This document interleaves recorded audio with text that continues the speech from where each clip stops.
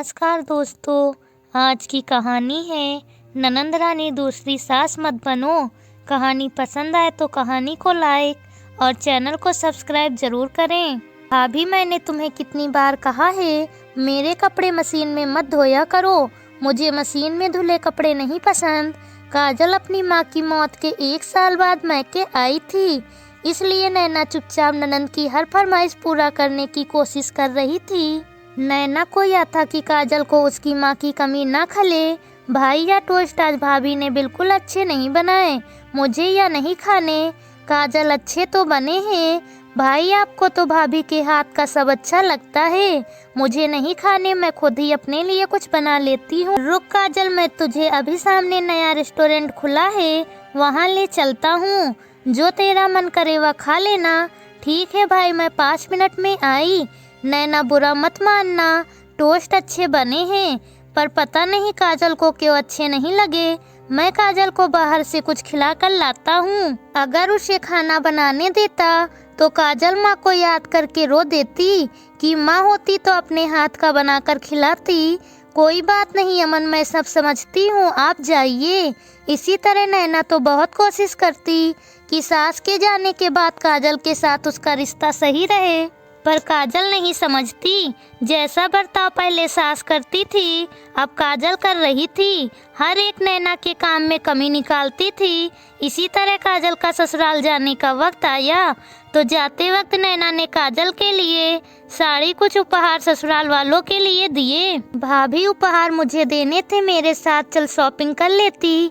कोई भी उपहार ढंग का नहीं, इस साड़ी का रंग भी कैसा है, आगे से मेरे लिए कुछ लेना हो तो मुझसे पूछ लेना। अब मैं ससुराल खाली हाथ थोड़ी जाऊंगी, इसलिए जो दिया है ले जा रही हूँ, पर आगे से ऐसा नहीं होना चाहिए। ठीक है काजल, तुम चिंता मत करो, आगे से तुम मेरे साथ चलकर जो लेना होगा ले लेना। अपने मायके से खुश होके जाओ, दुखी अच्छी नहीं लगती। काजल के जाने के बाद नैना ने राहत की सांस ली।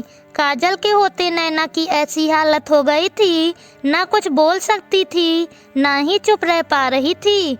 एक दिन अमन ऑफिस गया होता है, अचानक नैना के मायके से फोन आता है कि उसके पापा बहुत बीमार हैं।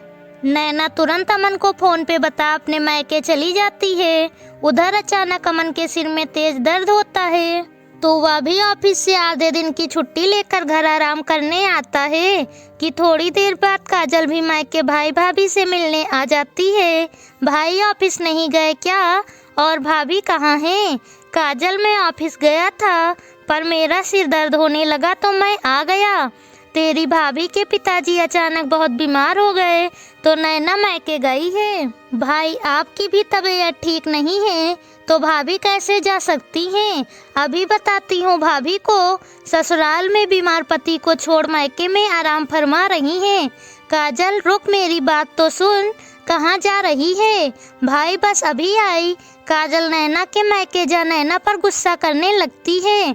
भाभी, आप यहाँ मायके में आराम फरमा रही हो, वहाँ मेरे भाई की तबीयत खराब है। अमन तो ऑफिस गए थे, उन्हें क्या हुआ है वह आपको तो यह भी नहीं पता। भाई ऑफिस से छुट्टी लेकर घर आ गए हैं, अभी वैसे ही वहीं से आ रही हूँ। आप अपने फर्ज भूलकर मायके आ गई। यहाँ तो मुझे सब सही लग रहा है, मायके कम से कम भाई से झूठ बोलकर तो ना आती। बस कर काजल, छोटी है, छोटी बनकर रहे, अगर कुछ पता नहीं है तो चुप रहे। अचानक पापा की तबीयत खराब हो गई थी, अभी डॉक्टर इंजेक्शन देकर गया है ताकि पापा को कुछ आराम मिले।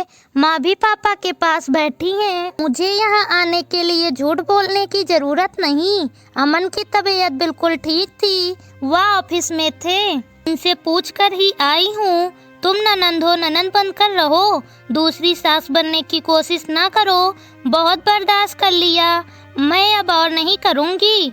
तुम तो 4 कदम सासू जी से भी आगे निकली मुझे सताने में। कभी तो लिहाज करती थी, पर तुम तो कोई मौका नहीं छोड़ती मुझे ताने देने में। वह बड़ी थी, मेरी सास थी, इसलिए मैंने कभी कुछ नहीं कहा। तुम सास नहीं और छोटी भी हो, तुम्हारी कोई भी गलत बात बर्दाश्त नहीं करूँगी। अब तक मैं चुप थी कि तुम्हारी माँ इस दुनिया में नहीं रही तो तुम्हें मैके की कमी ना हो, ऐसा ना लगे कि माँ के साथ मैका भी नहीं रहा। पर अगर तुम अपनी हरकतों से बाज नहीं आई तो एक दिन अपने मैके से हाथ धो बैठोगी। अब तुम अच्छे से सोच लो, सास बनना है या मैका बचाना है, फैसला तुम्हारे हाथ में है। नैना अपने मन की सारी भड़ास को निकाल अपने कमरे में चली गई। काजल को सोचने पे मजबूर कर काजल ने फैसला किया कि अब भाभी को कुछ न कहकर अपना मैका बचाएगी, ना कि भाभी की सास बनने की कोशिश करेगी। Please subscribe channel.